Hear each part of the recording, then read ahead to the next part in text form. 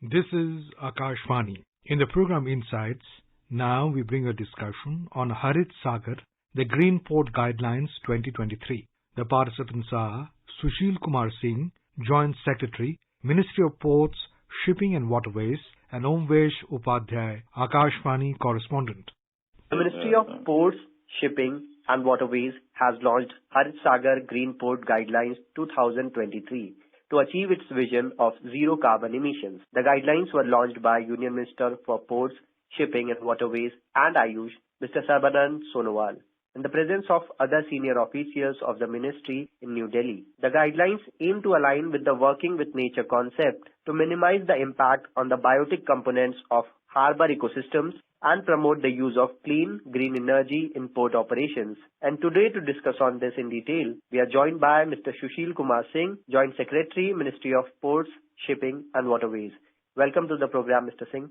Thank you. So, to begin the conversation, Mr. Singh, can you please give us an overview of the Harit Sagar Green Port Guideline 2023 and how it aimed to promote sustainability in India's ports?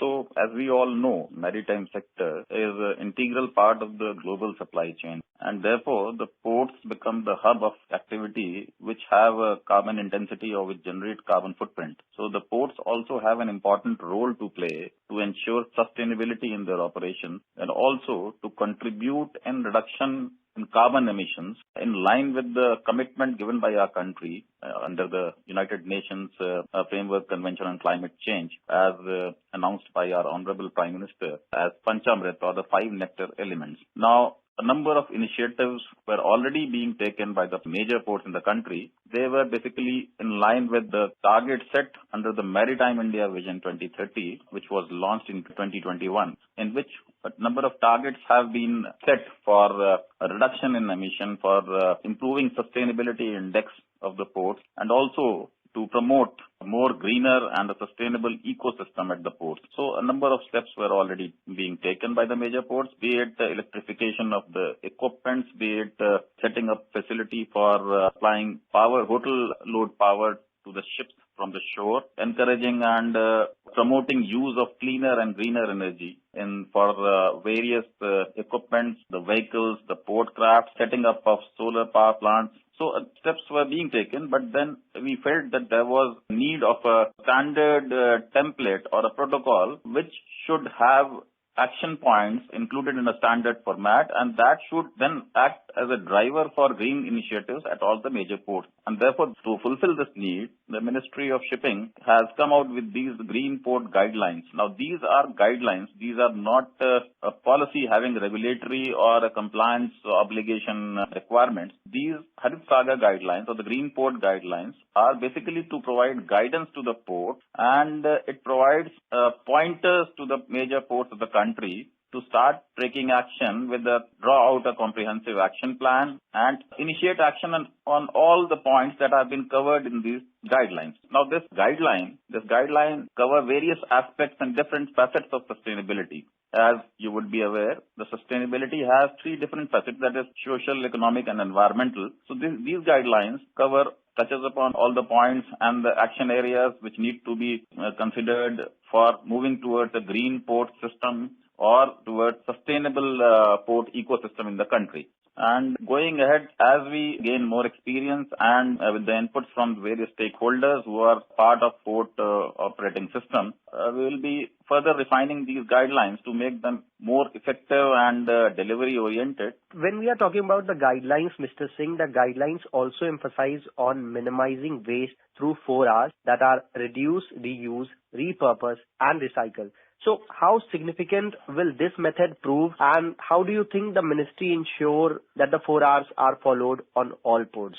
So as I have said that these guidelines provide a way forward and a direction to the ports to adopt the circular economy approaches where the concepts of reuse, recycle, reduce are to be adopted for each activity of the supply chain or the logistics operations that is taking place at the port. So if you talk of the utilization, the reduction in the freshwater consumption per ton of cargo, or reuse and recycle of wastewater, the sewage treatment system to use the treated water for non-potable purposes like horticulture, sprinkling of water, or possibility of providing a desalination plant, your possibility of using condensed water generated from the chilling plants, the LNG terminals, similarly provision for rainwater harvesting. So the idea is to put all the resources to the optimum use, add value to the waste all through the waste treatment plants and disposal sustainability.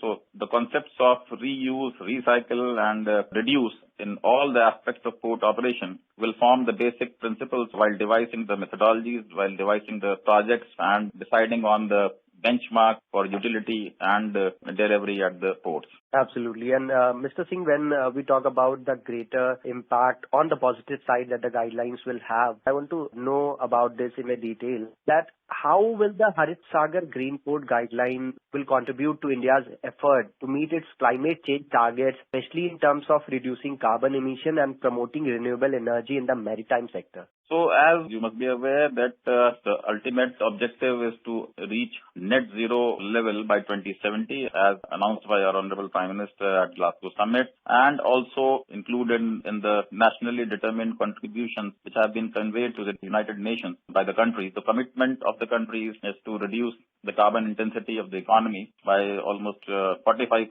by 2030. So the Maritime India vision for the port or the maritime sector also fixes a target of reduction in carbon intensity per ton of cargo handled by 30% by the year 2030 and going ahead by 70% by the year 2047 with the baseline year of 2023. So these guidelines provide a guidance to the major ports to first establish a baseline through inventorization of the carbon emissions which is taking place at these ports. So once you have a baseline, you are already taking action to reduce emissions through conversion of your equipment, retrofitment of your equipment from diesel powered to electrically powered. Then you are promoting use of cleaner and greener fuels within the port premises. You are promoting and facilitating ships to switch off their engines while they are there at the port and use the power from the supply, which may be coming from a renewable source. Then you're also promoting the installation of solar power plants. You're also promoting offshore wind farms. So all these renewable power sources can generate power, which can be used to power ships while it is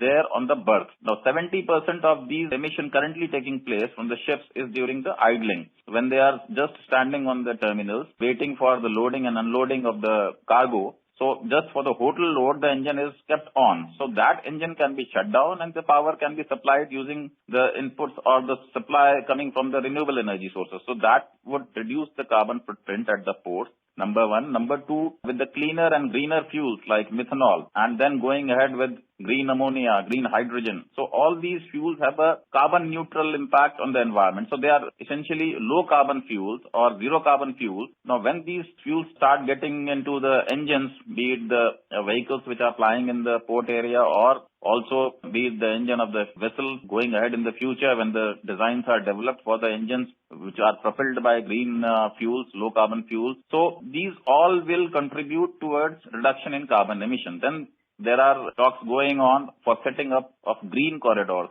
the zero carbon routes within which a complete ecosystem comprising of origination and destination ports which have facilities for bunkering and providing low carbon fuels to the ships, then the ships which are capable of running on a low carbon fuel, then the cranes that are deployed at the port at both the end from the origin and destination which are being powered by the electrical equipment. So all these things will help in reducing the carbon from the shipping and port sector. So these guidelines do include and incorporate the provisions of all these areas, be it energy efficiency, be it air quality improvement, be it conversion of equipment from diesel fired to electrically powered, be it promoting use of renewable energy, promoting use of cleaner fuels. So all these initiatives which are to be taken by the ports and the shipping sector, most of these facets have been covered in these guidelines. We are sure that these will help us in reducing the carbon intensity at the port and reducing the carbon footprint. So that will help the country also in moving closer towards the sustainability development goals and achieve our commitments of the Glasgow Summit and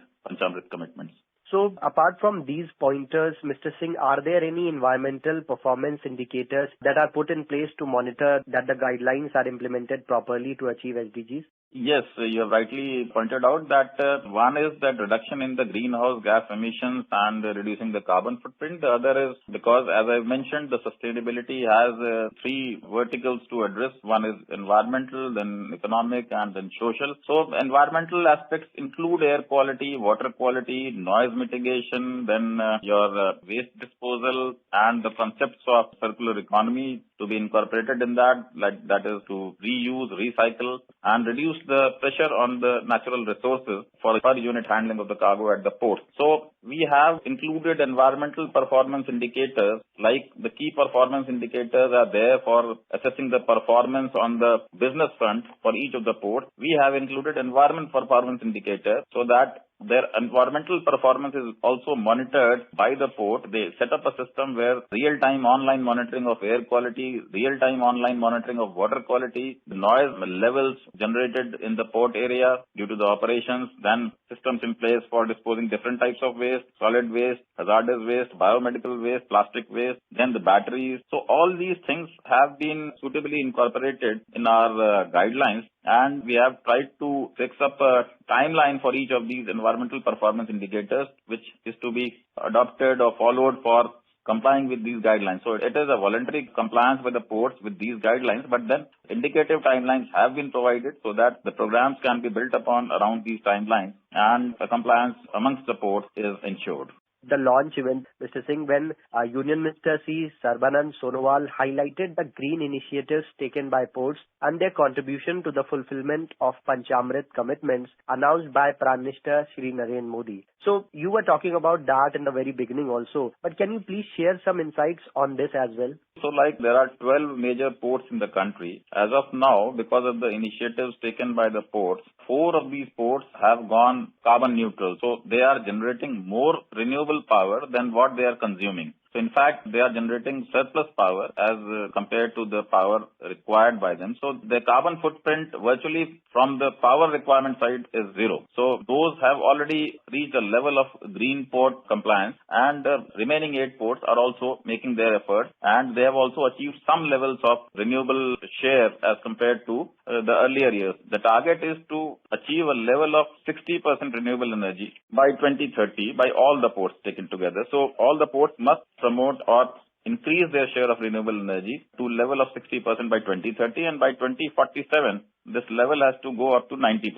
So in that direction, the ports have already been taking action, and as you reduce your dependence on the conventional power, which is generated generally by the fossil fuel-based power plants, to the renewable energy, you are cutting down on the carbon emissions in a big way, and that is contributing towards the reduction in carbon emissions by the various sectors in the country. So you are in fact contributing towards the 5 nectar elements, one of which is to reduce the projected carbon emissions by 1 billion tons from now onwards to 2030. This is for the country. In this target for the country, the ports are also contributing in their own way by switching over and migrating to the renewable power, and therefore reducing their carbon load or the carbon intensity. Similarly, ports are also implementing new technologies which help in improving the visibility of the supply chain, and therefore they help in cutting down the idling wastages.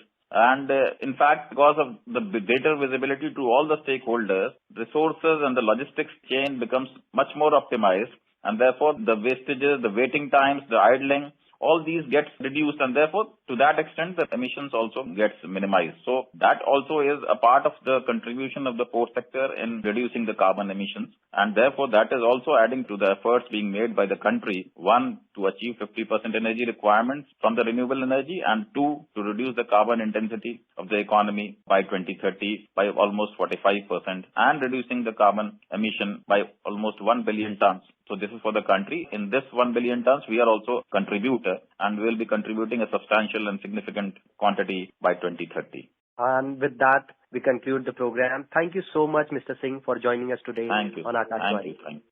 You will listen to a discussion on Harit Sagar, the Green Port Guidelines 2023. The participants were Sushil Kumar Singh, Joint Secretary, Ministry of Ports, Shipping and Waterways, and Omvesh Upadhyay, Akashvani correspondent. This program was produced and presented by the News Services Division of Akashvani. You can listen to it on a mobile app, News on AIR. This program is also available on a YouTube channel, News on AIR Official. You may share your feedback about this program through email at airnsdtalks@gmail.com or WhatsApp on 9289094044.